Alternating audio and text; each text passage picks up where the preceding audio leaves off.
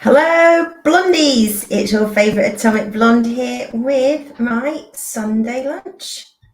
So, sorry, it's recorded, guys, but anybody saw me on Facebook last night, so I was a little bit merry. So, put it best to pre-record a show knowing I was going out. So, yeah. Obviously, lots going on as always in the world of pop culture. We had a couple of, 3 season finales this week. Some were better than others, shall we say? So, let's get into it. Rabbit hole. So, obviously, Paramount Plus, it's the Kiefer Sutherland new sort of spy action adventure show. So far we've seen obviously he's been framed for a murder that didn't take place. His best friend appears to be involved, and he deleted himself. In the first episodes, we see Kiefer's father delete himself, but then we find out that Charles Dance's character is actually his father, and he's known that his father was alive for a number of years, and setting up the espionage company, corporate espionage company, with his best friend was all done with the guidance of his father to help sort of manipulate certain things. So we're sort of learning this sort of backstory that his father was actually sort of like almost like a Cold War spy, and code cracker, all that kind of thing. We still don't know why his friend deleted himself and why he's being framed. But the show's moving along at a good pace. I think like each episode we get a different reveal. So last week we found out that the team was actually, Kiefer's team was actually still alive. In episode 1, we see their building explode, and they find remains which indicate that the team is all dead. This episode, the conclusion, last episode, Kiefer says, no, it was all staged and they're alive. And this is an episode, is a series of sort of flashbacks. Obviously what's going on now, but also some flashbacks as to from the jump, they knew something was dodgy about this job. They knew that the intern was actually a plant, and they have a code, which is Tom, which means they basically have to disappear. They have to fake their own deaths, disappear, and then they'll regroup. So in this episode, he's phoning round. He's giving them the keywords. They need to get back together and regroup. And again, from the flashbacks, we see that yes, indeed, the intern is a plant, but we also learn actually he's far more dangerous. He's not just he wasn't just put in there to spy on them. He's actually, an assassin as well, cold-hearted killer. But every safe house they go to, they keep being found. And Kiefer's like, doesn't understand how whoever's after them is always like 2 steps ahead. And we saw Peter Weller joining this episode. He sort of like seems to be the man behind it, but who knows? So he has a conversation with his father, and his father's just basically sort of saying, look, the only explanation, you've got to open your eyes, is that your best friend betrayed you. He flipped, and he's given him all the information on the safe houses, what you do, where would you go, and he just doesn't want to believe this of his friend. And he's going through the phone records of his friend, because obviously he received a call before he deleted himself, and he finds out that his father was the last person to call him. So now that calls him to question whether he can trust his father or not, and is he actually the leak? And his father is, he's like, you got to listen to me.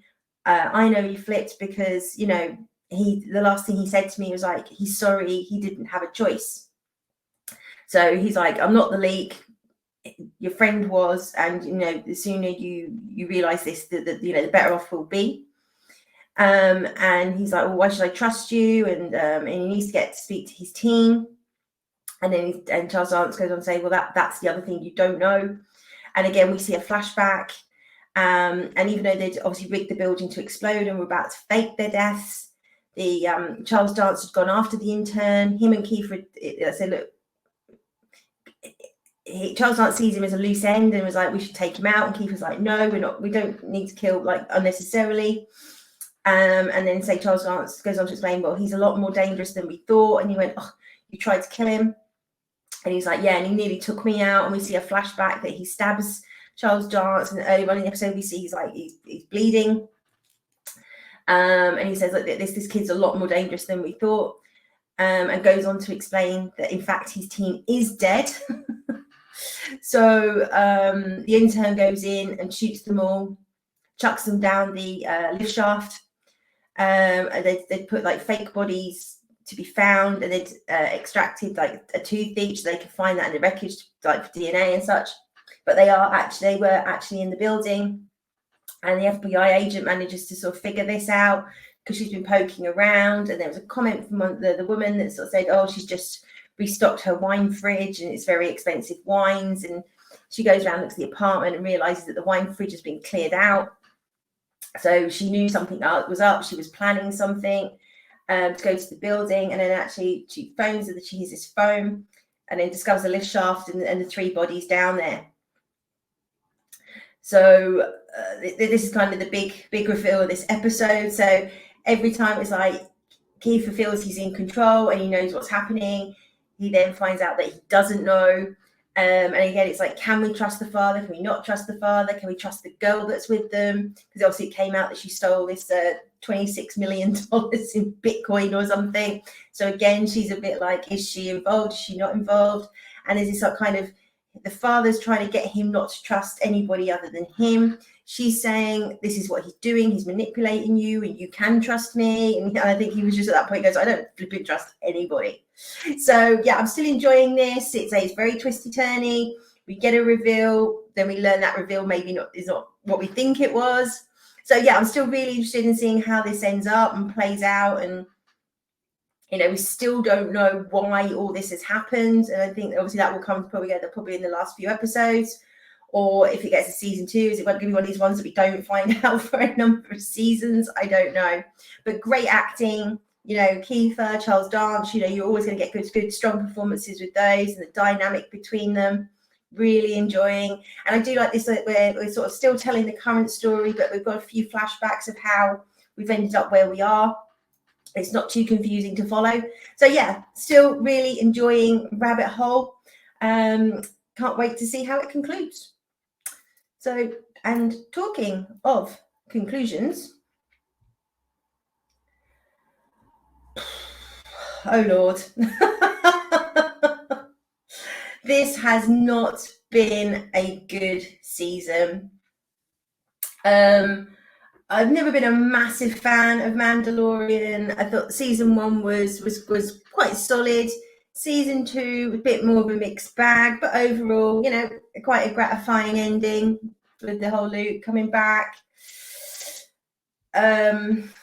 Yeah, season 3 has just been a series of let's get from here to here, find something, do something, then go back to here, find something, do something. Let's stand around having lots of conversations, getting on and off ships. And the whole big reveal that we're supposed to be like, oh, Moff Gideon has clones. And then somehow that can introduce the Force to the clones. Pretty sure the Force doesn't work that way. It's just daft. Yeah, I mean, you can tell Jon Favreau is just completely checked out. And again, if you want to, you can maybe read into the fact that he killed his character off in this, and it's just like, and it's killed by the kind of film, the sequel trilogy film, Imperial Guards type thing. He's just like, you want this show? You have it. And as always, it just seems to have been a classic Disney bait and switch, that the Mandalorian is no longer about Bin, it's about Bo-Katan. So the Mandalorian in the title can actually be any Mandalorian. It doesn't have to be him. And oh wow, if it just happens to be a woman, that's great. And don't get me wrong, I love Katie Sackhoff. I think she's a really good actress. She's a great sort of character, sci-fi actress, as we know. And, you know, she does the work, she works out, she looks great. But so, you know, one-dimensional nature of Bo-Katan, and we had this whole big storyline about the black saber, and then Moff Gideon just breaks it. It's like, well, what was the point of that? Yeah, this whole season is like, what was it actually about? What were they trying to achieve? I guess all they were trying to achieve was that putting Bo-Katan in charge and just, you know, pushing Din Djarin out the way. I'm guessing his story will be wrapped up in whatever crap film Filoni's bringing out. And the Mandalorian season 4 will all be Bo-Katan or what other woman they want to bring in, which I think, you know, none of us really care about. So massively disappointing. Again, it looks like all roads lead to the sequel trilogy, even though for the last 3 or 4 years this show's been running. It's like certain YouTubers, their spies are saying that this is all a vehicle to erase the sequel trilogy, and it'll all happen in Ahsoka, and none of this seems to be playing out. If there ever was a civil war, KK's won. I think she's just ground down Favreau, who is actually talented, but he's just had his whole show constant meddling, you know, removing Gina Carano, them being told to bring Grogu back. Whatever trajectory this story was on has just been obliterated. And like I say, I think he's just gone, fine, you have it, I don't care. You know, I've got my little Marvel shtick going on. I can direct films, I can write films, I'm out of here.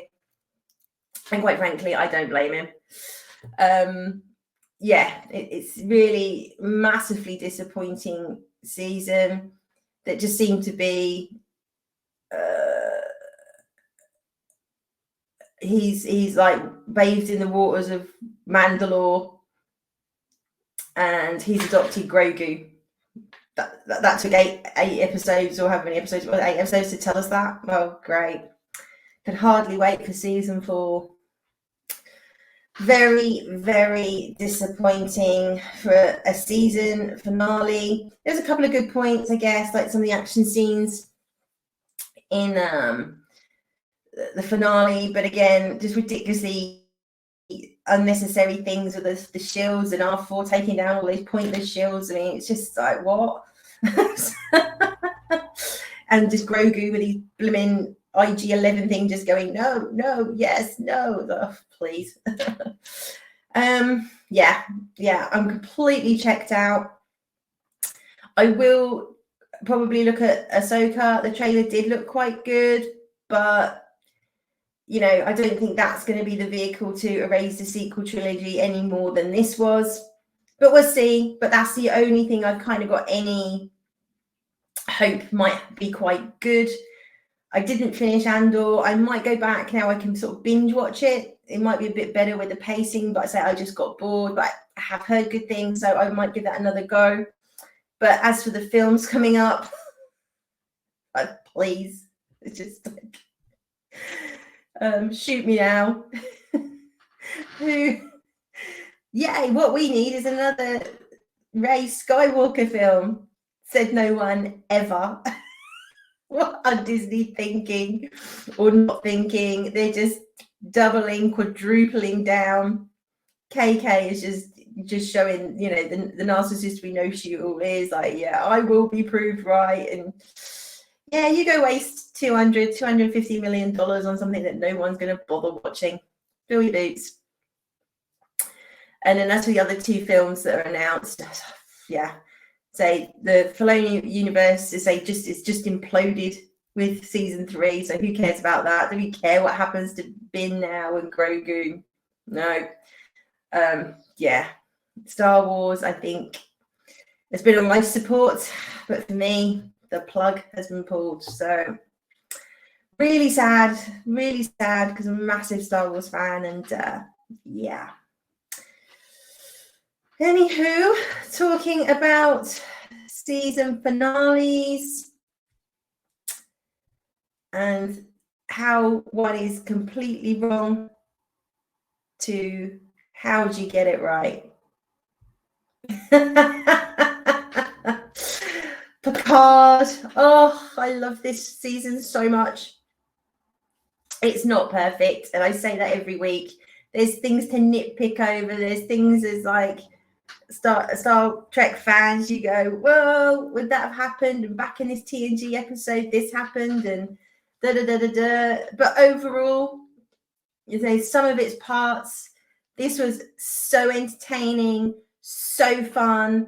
It made you laugh, it made you cry, and I just loved. And this is what I've said in probably every review I do. So I do a detailed weekly review of the episodes. So go check those out on the channel if you want to hear what I think in depth on these episodes. I cannot remember the last time when I was excited for the following week's episode that I just couldn't wait for Friday to get here to see it. And the Friday this dropped in the UK, I was up at 6:30 in the morning to make sure I could watch it before starting work at 7:30. And avoiding all the spoilers. I'd literally like off social media, nobody text me anything, nobody tell me anything. I will kill you if you give anything away. And I just got up, and I'm not a morning person, so this isn't like thing I normally do, but I got up. Actually, I laid in bed and put it on the TV in the bedroom. But I put it on, and I was just, please be good, please be good. And it was. It wrapped up everything. A few more retcons in there, and I think it was. Completely torn over the renaming of the Titan. I'm still not sure how I feel about that, but we basically find that Jack had obviously gone to the Borg Queen with hopes of like killing her, and he wasn't able to do so. He's now been plugged into the collective, and he's transmitting this signal out, which is being boosted through the Borg cube, which the crew on the Enterprise D find is hiding in the gases of Jupiter. They're heading to the cube to try and rescue Jack and obviously take out this transmitter.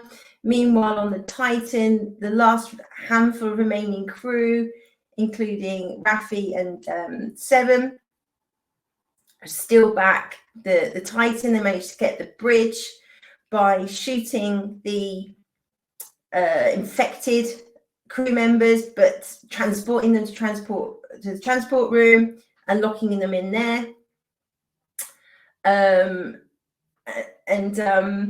So there's a whole, so Jean-Luc, Riker, and Worf have to beam down to the Borg cube because there's so much interference. They can't locate Jack, but through looking at the transmissions and the brain waves, they can sort of identify that Jack's there, and Beverly sort of helps isolate it, and then she's like, I can guide you to him, and then we can sort of, so when they transport down, it was a great line by that Picard says to Riker, we'll beam down, and Worf's like, I'll make it a threesome, and Riker just looks at him, he's like, do you hear yourself? Just loved it. Worf's had some cracking one-liners the whole way through this season, and how they've evolved his character, I think, has just been brilliant. The whole pacifist Klingon, just fantastic idea. So they beam down, and once they beam down, Picard is, I can't be your captain anymore. I have to go be a father. I have to go save Jack. And they absolutely, they kind of sort of say their goodbyes. And just before they beam down, Picard says to all the crew, it's been an honor serving with you. So in his head, he's like, already, if I need to sacrifice myself to save Jack, that's happening. So Worf and Riker go off to find the schematics so they can locate where this booster device that's sending out the signal from Jack, which they're able to find. And when they get there, though, this kind of activates the few remaining Borg, who are, through analysis, their tissues being consumed. Something's like consuming them. Obviously, we know that the Borg Queen's there, so she's basically eating her own hive to stay alive. She's literally cannibalizing her drones, and they attack Worf and Riker. Riker's sort of flung to one side, and Worf gets shot in the shoulder. And Worf says to Riker, like, because he's sword, he's like, that the handle. And Riker goes to pick it up, and he's like, oh, it's like it weighs a ton. And he's like, the handle. And then there's basically sort of phaser built into the handle, and he's able to shoot the Borg. And he just says to Worf, "You've had a phaser the whole time." And Worf's like, "Sorts of fun." Love it. Just right type of humor at the right time. It's just fantastic. So obviously, Picard finds Jack, and he's been assimilated. He's in the Borg outfit, and he's just giving out commands, and he's like plugged into all this stuff. And Picard's obviously just bereft because of his own trauma of being Locutus. And then he sees the Borg Queen, and just like flips basically, and she's like, "Welcome home, Locutus," and all of this, and saying how she's Jack's mother, to which he just loses it and starts firing at her, but she's got the shield up, and she just laughs at him, and he's like, "You're not his mother," and he goes over to Jack, and he tries to talk to Jack, but Jack is like, all the lights are on, and starts trying to unplug him. And the Queen says, like, if you unplug him, you're basically going to kill him. You can't sort of jolt his mind out of the collective. It will do irreparable damage.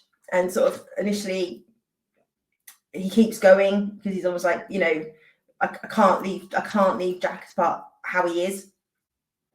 But then he kind of realizes something, and he takes one of the sort of electrodes, and he says, "I've been running from the collective half of my life.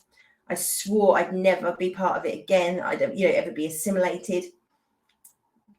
But it's time to stop running." And he just stabs the electrode in his neck, and he kind of goes into the collective consciousness, and you see the whole thing. I think it's from the First Contact, when he's having the dream, and you see Jean-Luc Picard in his Starfleet uniform as part of the collective, and then it becomes Locutus. So as he's going in, he's sort of accessing like Locutus's memories almost.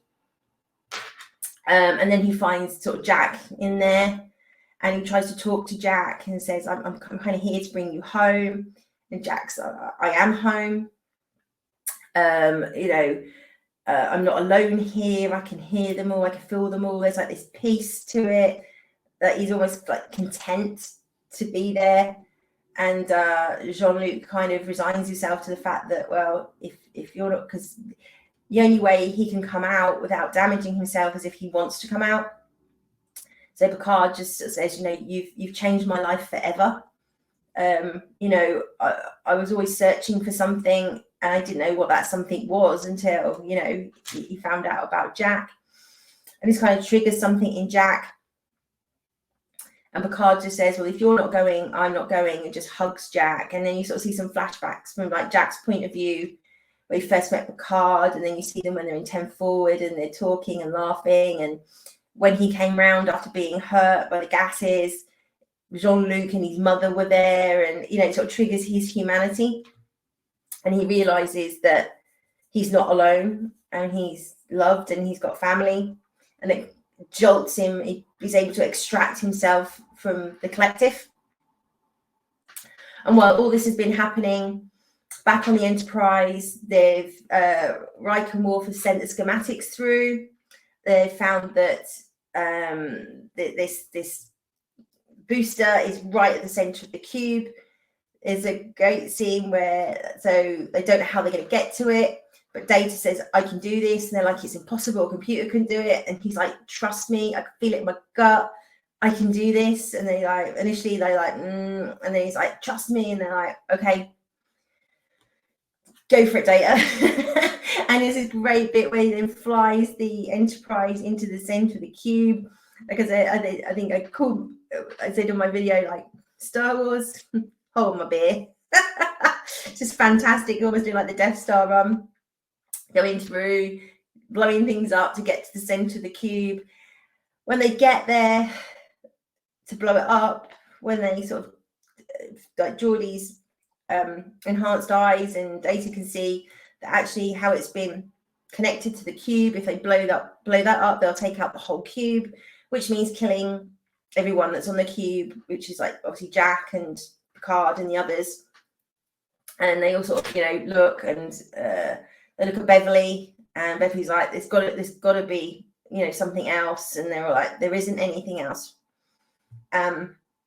So she concedes that, like, she's going to have to sacrifice her son and Picard and the others to save the galaxy, basically, that they can't obviously let people become assimilated.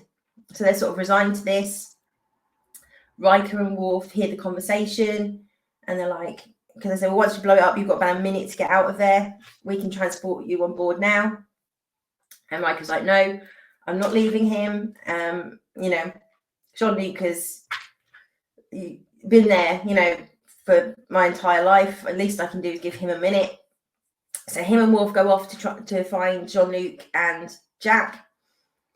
They blow up the thing, which obviously starts the cube to explode. Jack's now out of the collective. He pulls the thing out from Picard, and the Queen's like, what are you doing? You'll be alone. You're broken. And he just looks over, he goes, I'm not alone. And he looks over at Jean-Luc. And the cube is starting to, say, explode. They can't get a transporter lock on them. But Riker sort of looks up and says, like, I love you to Troy, and I'll sort of see you on the other side with our son. And she's able to feel this. She can feel the palpable emotions coming from Will. And we found out in, I think, episode 8, that he'd lost the ability to feel. She took away his grief. So she's not really been able to sense anything from him. But this sort of wave of love and grief hits her, and she goes, I know where they are. And she flies the Enterprise in, and literally was handbrake turns it above where they are on the platform. They're able to bring them on board, and happy days. When the cube explodes, it takes out the Queen, and they all unassimilate. And then we skip to like a year later and what they're all doing and such. And obviously, what I loved is that everybody survived apart from poor old Shaw. We find out Tuvok's still alive, that the changelings didn't kill most of the people that they took. They didn't really explain why, but they just didn't. Beverly's now an admiral heading up a medical division. Jack joins Starfleet, and he ends up basically on the Titan. And then they say they've renamed the Titan to Enterprise G. And like I said, I'm not really sure how I feel about this. It's lovely to see the Enterprise back as a Constitution class ship, but it's all supposed to be the flagship ship of the fleet. And the Titan's a little bit small, doesn't have all the bells and whistles, so I'm a little bit torn. I don't think it's awful it's been renamed, but I don't know. But hey, if that's the only thing I can complain about, Terry Mittal has done an amazing job, as did his writers, his designers. It's just been absolutely amazing to have this show. Gutted it's finished. Like I say, it gave me something to look forward to every week. And I just think it's going to be this blip maybe, but for the first time in New Trek history, It's hit the Nielsen ratings, and that's for episode 4, and we know how much better this show gets. You know, if Paramount do not capitalize on this and give Terry Matalas a show, they are bonkers. But we know how stupid Hollywood are and studios are, so who knows? If they don't offer him something soon, you know, he's going to be hot property in Hollywood, because one thing it is lacking is talent. Talented TV writers who know how to write TV. So that man is going to be in demand. So I think he's got a contract with him to October. I don't know if it's this year or next year, but yeah, hopefully Paramount will do the right thing. I guess the dilemma they have right now is that you've got Strange New Worlds, which is the old Enterprise weekly show. Do you then have another Enterprise show, weekly show that's 25th century? You know, personally, I don't see a problem with that. You've got, you know, if you've got Strange New Worlds for New Trek fans, and you've got Star Trek Legacy, or whatever they want to call it, for the fans of this, the old fans, it's just double bubble. But I can get, you know, similarities. But if it's even if it's not Star Trek Legacy, you have got to give this guy a show of some description, and he seems clever enough, and his team are good enough to come up, I think, with a good vehicle, whatever that is. And if that's not Legacy, then fine, but he definitely deserves a shot at a new show and bringing in new characters. I mean, the new characters he created have been fantastic. Yeah, so I guess we'll have to wait and see. But I couldn't recommend this season enough. Thankfully, you don't need to have watched seasons 1 and 2, and I highly recommend you don't, to enjoy this. If you're a TNG fan, you will just fall in love with it, as we have. Like I say, it's not perfect. There's a lot of constraints, aesthetics and things carried over from Kurtzman Trek.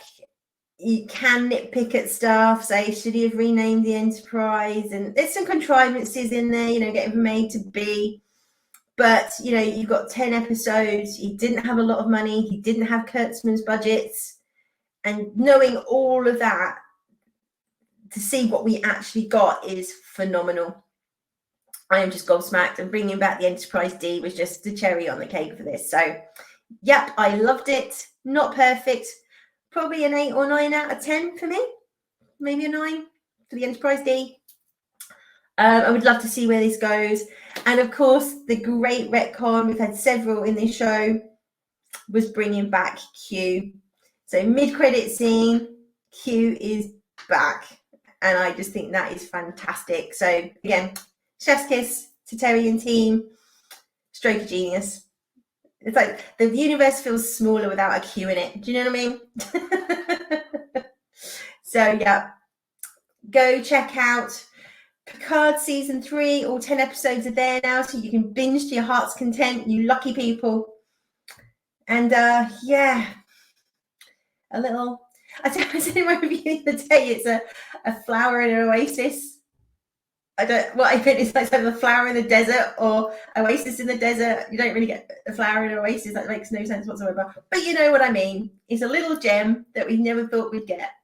So do go check it out. I think I talk about that way too much. You probably don't need to go watch my in-depth review now. It's pretty much there. But I just start gushing. Apologies. Another season finale I've been talking about is School Spirits. Yeah, it's quite a short season, only 8 episodes. I thought it was 10, but it's only 8. And we've been on the journey to find out that Maddie, who's the girl in the middle there, we start off in episode 1, finding out that she's missing. She's gone missing. There's blood in the boiler room. Her friends and family don't know if she's alive or dead. But we basically find out she's a ghost, so that implies that she's dead. And she's there with other ghosts. So any person that dies on the school premises becomes a ghost. So we've got a teacher from like the 50s or 60s, there's a girl from the 60s, a jock from the 80s, a lad from the 90s. And it's sort of learning this. So we've got like So what's going on with the ghosts? They're trying to deal with unfinished business so they can cross over and leave. And we've kind of got those storylines running. Plus, it's the sort of whodunit, who killed Maddie. At the end of the last episode, she had a flashback to arguing with her mother, and she thinks her mother might have killed her. So going into this episode, this is the, you know, she needs to speak to her mum. She needs to try and remember exactly what happened. And we find out that she did indeed argue with her mother, because Simon basically goes to see her best friend, goes to see the mum, because she's got the money. She'd taken the money, and they, but there's basically an argument with her mother. She's sort of down in the boiler room area, and obviously her mother's an alcoholic. They've got a very fractious relationship, and her mum has just decided, because she's due to go away from college, and I think her mum can't cope with her going, because basically the dynamic is really like the daughter's the mother to the mother, you know, because her mother's just so incapable, and the thought, I think, of her not being around, she can't cope with.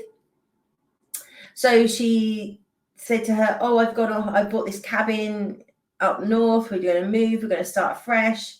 And she's like, "Well, where did you get the money for that? Well, how we can't just go." And she finds out that her mother used her college fund that was left to her from her father. Her father passed away, so she feel like life insurance. So Maddie's absolutely devastated. You know, she's like, her mother's, because of her alcoholism, is incredibly selfish, like a lot of addicts. So she's just like, you know, you just pulled the most selfish stunt that you ever could have pulled. And she has a necklace, I think, that was given to her by her father or by her mother, but she basically gives her that necklace, because that's one of the mysteries. Like, she had it on before she died, and now she's a ghost. Where did her necklace go? So her mother's got her necklace. Maddie's just left sort of sitting, crying. So her mother kind of confesses this to Simon, that she's like, she was alive when I left, and you know, I can't believe I did that to her, but you know. And meanwhile at the school, the ghosts have been looking into, let's say there's a teacher with them who's kind of been guiding them and helping them through their grief, and tells them to write their obituaries and try and work out this unfinished business. And at the beginning of the season, we did meet the character, but Janet seems to have passed over, and they're trying to work out what did Janet do to do that. And then in the school, there's a like a nuclear fallout shelter. So back in the 60s, a series of schools were selected to have these and try them out, and this is still there. And a couple of the characters go find this air raid shelter, well, that bomb shelter, and then they find all these books, and the teacher's basically been studying them, and he's writing down like how they died and what happened to them all. And this teacher was killed in a fire. He told them he died trying to put the fire out, and he was the only person that died in this fire. They're able to go and sort of check the records in the library, and they find out, good old microfiche, they find out that actually Janet also died in that fire, and it looks like he started the fire. So something very dodgy's gone on there. So they've been like trusting this guy, but now they're really questioning his character. That he looks like he started the fire, which effectively murdered Janet. That he's been studying them. You know, what's he trying to get out of all of this? And he's got all this like really personal. Like in one of the books, he's written down the play that the jock character died. He broke his neck during this play. He's got all this information about them. And they're like really unsettled by this. And then the 60s girl comes down. It's with them, and she's like, yeah, I know about this place, and look, we've got to get out of here. And they get locked in, because you know the ghosts, they can't like pass through walls and things like that. But so they're locked in, and then we see a flashback of so Maddie was obviously down this boiler room. She heard raised voices. Listen, because Maddie goes down and she hears them like banging, like, is anybody out there? Can you let us out? And this then triggers a flashback for her. And what we find out as well, so her friends, Simon and Nicole and Xavier and Claire, have sort of tracked down who they think killed Maddie. It was because we know someone's been squatting in this house, and they sort of track them down, and then they manage to get away, and Xavier gets knocked out and sort of cracks his head open, and Nicole kind of films all this, trying to, figure out who it is. And when they zoom in, the driver of the car they see in the rear view mirror, the wing mirror, is Maddie's face. So Simon then thinks that obviously Maddie's still alive, and somehow he's imagining her. She's not really a ghost. It's all in his head. It's like grief or something. And she's like, no, I'm real. I'm real. And he's just like, no, I don't understand what's going on. And then in the final sort of flashback, when she goes to let them out of this shelter, she remembers what happens. So she was down there, she was crying, she was upset after the argument with her mother. She then hears these raised voices and opens the door to the shelter, and you basically got the teacher and Janet in there arguing, and she heard them. And then, so as she opens the door, Janet runs out and through Maddie, and it looks like what she's done is sort of knocked Maddie's soul out of her body, and Janet has possessed Maddie's body. And the final piece is that Maddie is then at a bus station buying a ticket to who knows where. So actually, Maddie is alive, but Janet is possessing Maddie. And Maddie's realized this, but obviously, and that's where it ends. So season 2, I guess she's got to try and get Simon to listen to her. They've got to try and track down Maddie, and how do they get Maddie back, and then how do they get the souls out the bodies and all of that kind of thing.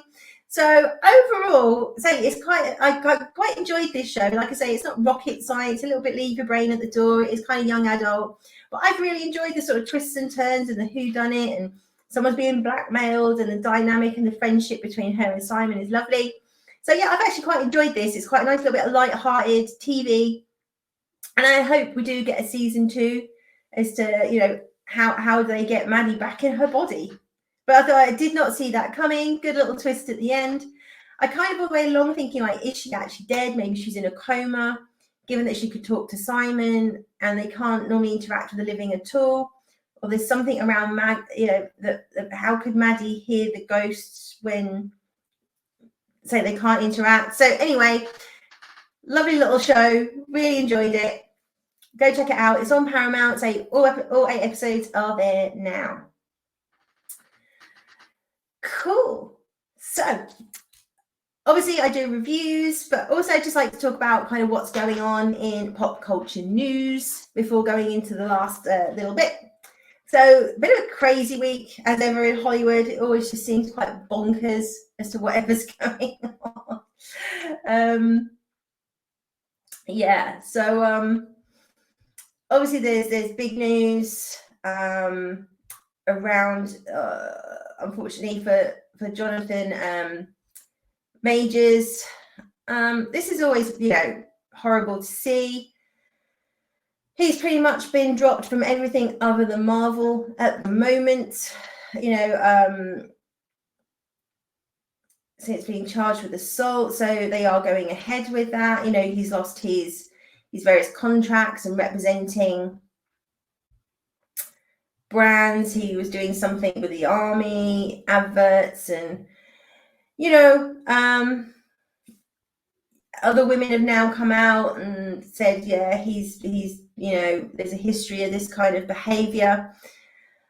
So I think we've never seen such a quick rise to the top, and appears to be ultimate sort of rise and fall in such a short period of time. And it's sad to see. At the end of the day, at the moment, this guy's been charged. He's not been found guilty of anything. But the world we live in today, it seems like he's been cancelled already. You're guilty until proven innocent these days. So yeah, I think obviously if he has assaulted this woman or previous women, throw the book at him, right? I mean, he's a big dude, and you know, to be hitting women is not cool.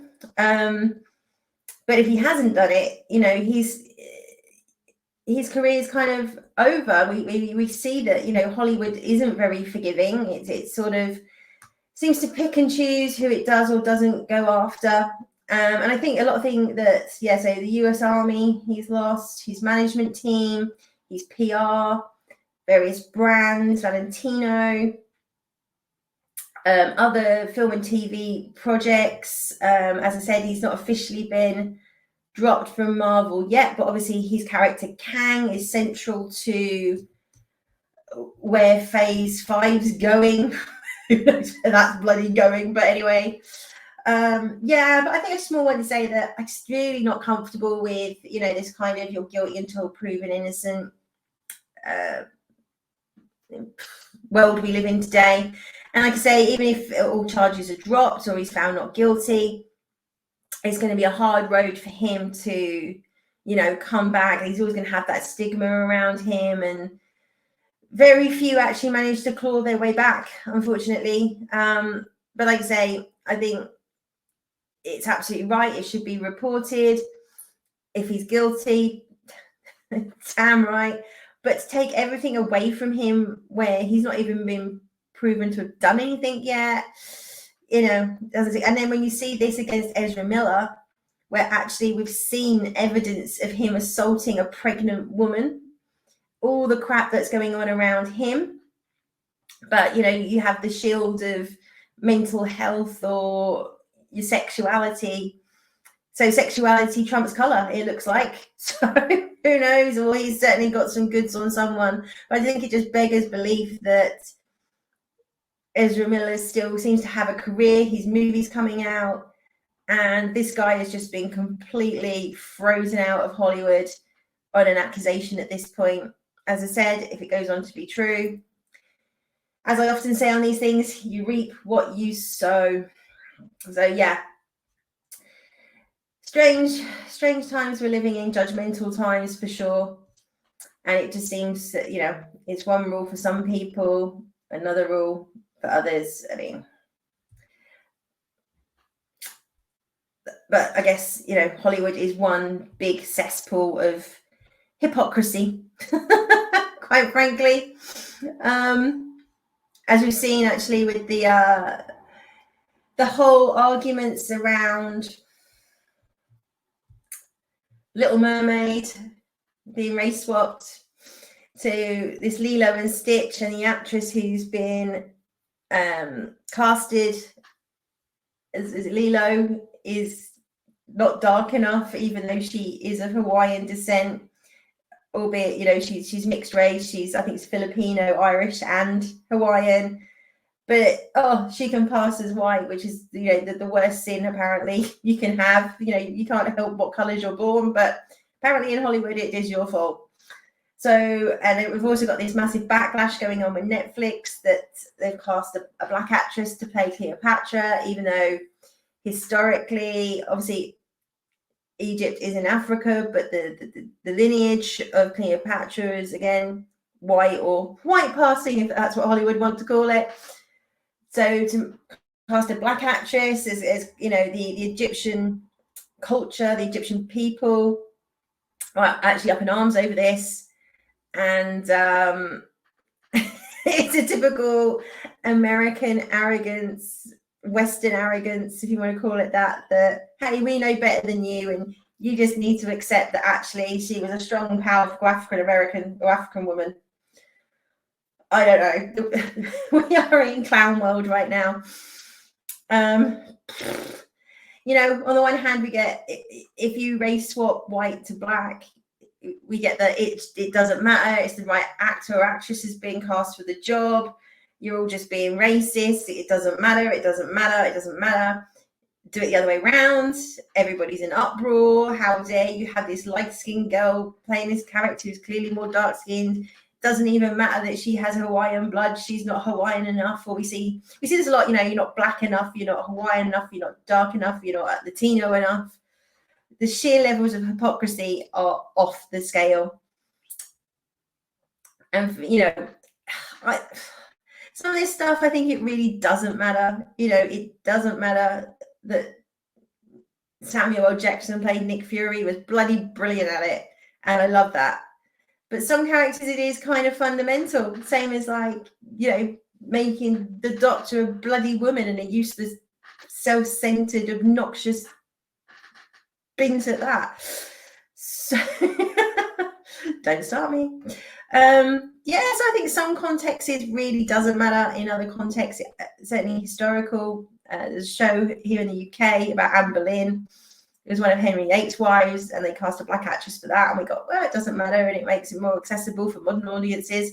Even though modern audiences aren't stupid, they knew, like, at some point the UK was white because where we are in the hemisphere, right? We don't have a lot of sunshine.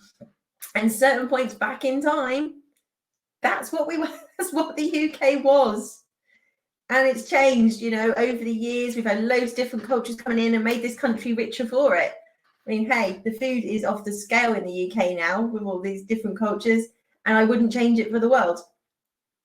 But, you know, sometimes it does matter.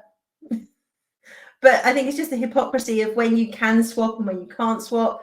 Everybody just take a flipping chill pill and just, you know, think through what you're saying. Anyway, I digress. I was about to show you something completely different. So this came out, and again, it's obviously a lot of still some sore feelings and some bad blood here after the whole day and day release of Black Widow. And again, you know, that hypocrisy, funny enough, that, you know, Scarlett Johansson should have had a standalone film years ago, way before Endgame. And then, you know, once we get on the whole bandwagon of, you know, intersectional feminism, is like straight away, oh, well, she should have a standalone film after we've killed the character off. I mean, geez. So anyway, Scarlett Johansson was on Gwyneth Paltrow's channel, Goop or whatever it is. And they're discussing Marvel because obviously they both worked on them. And she's just like, I'm done. I don't want to go back. And I get it. I mean, what is there to go back for? She says, like, she played the character for a decade. She's done everything she could do with the character. And ultimately, the character's dead, right? So, I mean, yes, there's a stupidity of the multiverse, which is really annoying because you do kill characters off and it's like, oh, we'll just bring them back in the multiverse. So whatever their sacrifice was or whatever that journey that character went on is just completely wiped away because, like, death just isn't even important in the MCU anymore. We just, like, doesn't matter how, you know, heroes sacrificing themselves, we'll just bring them back. It's whatever.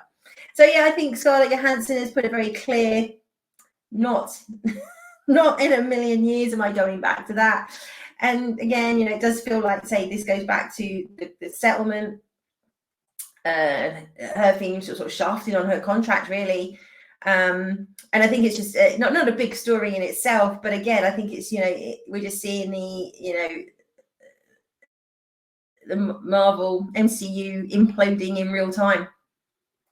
You know, we've got big stars who are saying, yeah, I don't want to go back. You know, so we had this sort of pinnacle of filmmaking and this unstoppable train.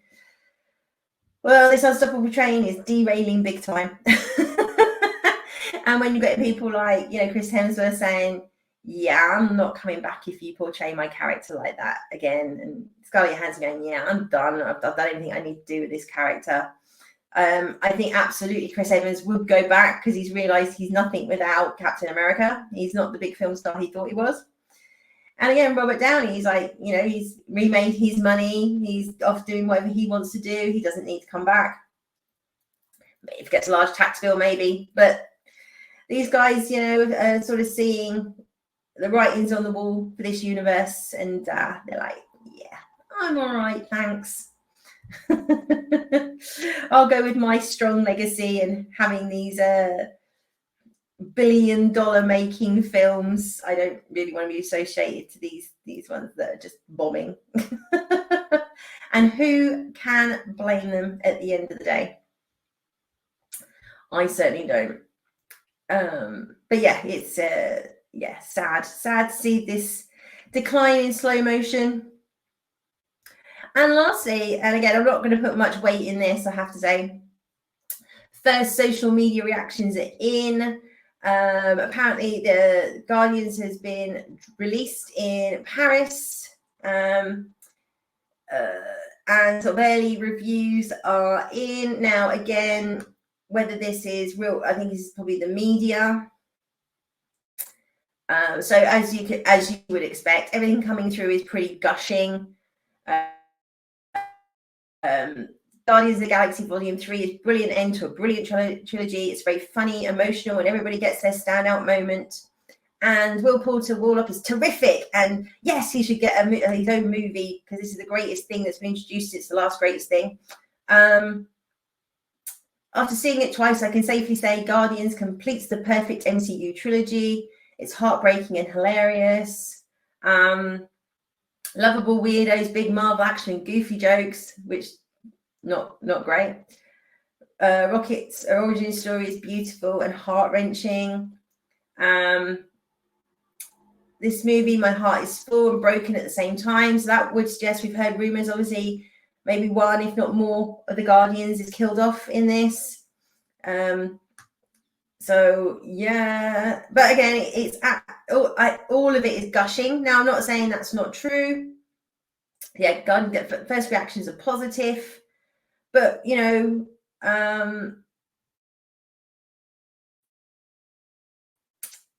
yeah, as they say, Dave Bautista has really confirmed that it's the last movie. So we're all thinking that maybe his character gets killed off, maybe Rocket as well. I'd be gutted if they kill off Rocket, and certainly, obviously, if they get rid of Star-Lord, that will be it. They've done their trifecta. They're getting rid of all the toxic males, and it's MCU the whole way.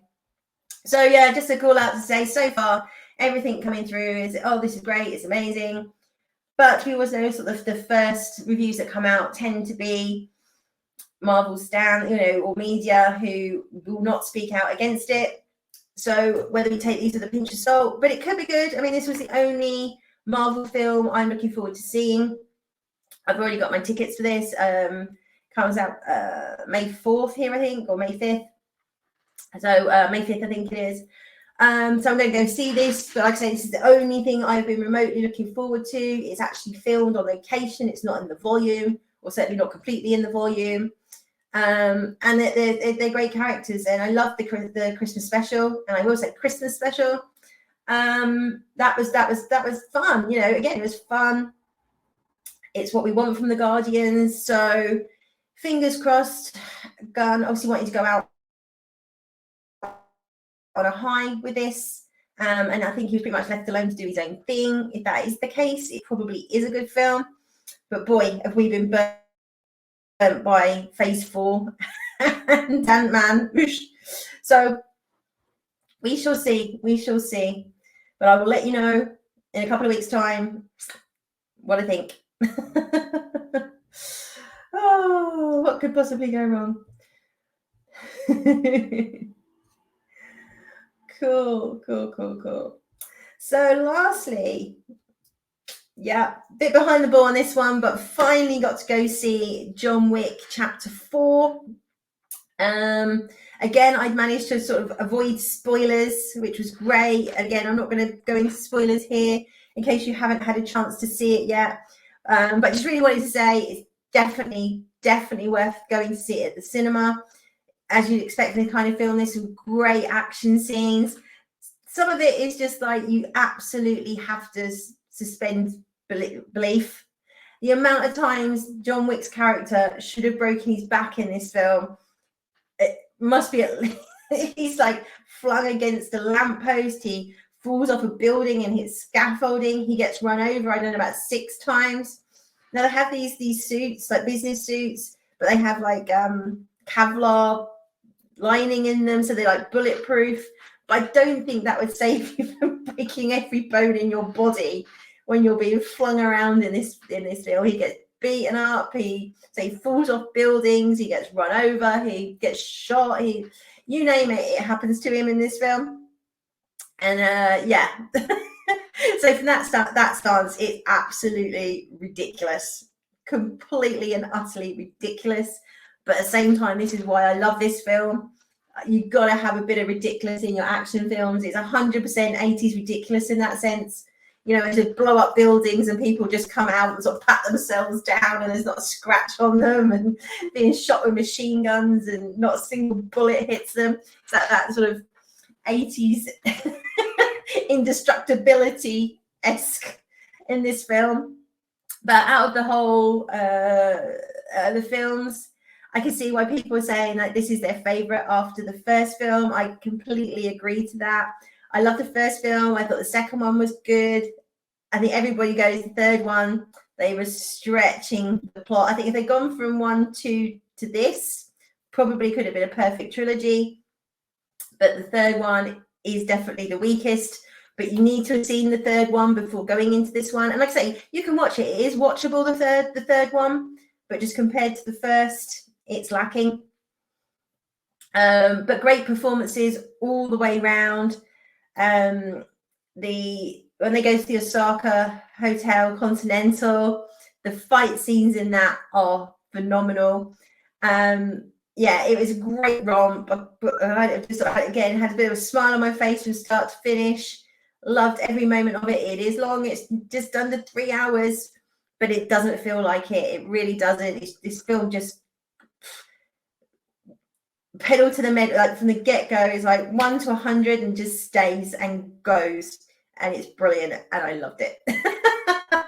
Again, you can really nitpick over it. Some of it is just so stupid that you're just like, what? How on earth did he survive that?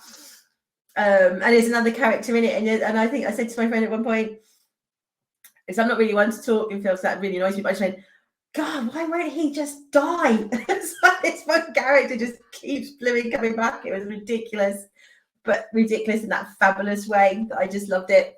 So yes, if you've not had the chance to go see John Wick, go see it before it leaves the theatres, cinemas, because you need to see this level of action on the big screen.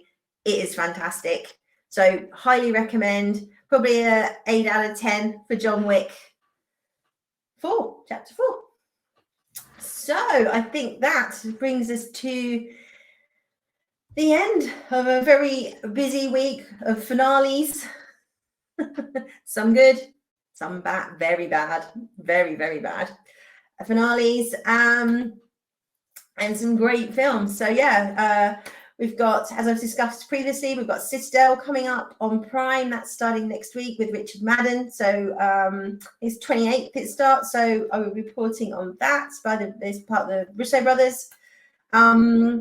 New action spy Jamesy Bondy thing. But the trailer looked great, and say I've discussed it a couple of weeks ago, so go check that out, as I was able to see the first episode before it was released. Yeah, and I need to find something to fill my gap on a Friday, because both School Spirits is finished and my beloved Picard season 3 is no more. So yeah, hopefully there'll be some new stuff coming out on streaming soon that can plug that hole, but we'll see. Otherwise, these are going to be very, very short Sunday lunches. It's like nothing to see here, nothing to report on. But hey, there's always something coming through. And if not, I'll review some gems and go back and watch essential TV from bygone years if there's nothing worth new talking about. So don't worry, I'll still be here. So have a great rest of your weekend. Enjoy your Sunday lunch. I hope you've enjoyed this. As always, please like, share, and subscribe. Just liking the interactions helps a lot. Awesomely, amazingly, fantastic. I know my brain's going now. But yeah, it does really, really help. It helps promote the channel. YouTube will put it up for people to see. And obviously, if you're sharing it, people might go, oh, hey, if they think it's all right, it's worth a look. Do leave me comments. Let me know what you thought about the finales. Do you agree with me? Did you prefer Mando over Picard? Who knows? You might have done. But let me know. So anyway, as I said, have a great rest of your weekend. I will be back next week. I often pop up on the Facebook, so you can find me there. No Picard review. I might look to do a whole season wrap-up, I think, just so I can talk about it a little bit more. I mean, I never shut up about it. So yeah, I might do a whole season wrap-up of Picard. We'll see if I start getting withdrawal symptoms. I'm back as always for a bit of Sunday lunch. I'm still working on maybe doing a midweek show on a Wednesday, but trying to do that live. Again, live shows are just proving a bit difficult with my diary right now, but I really want to get back to live streaming because I love interacting with you guys, and hence why I love for you to leave the comments. So take care. I will be back soon. Have fun. Bye-bye.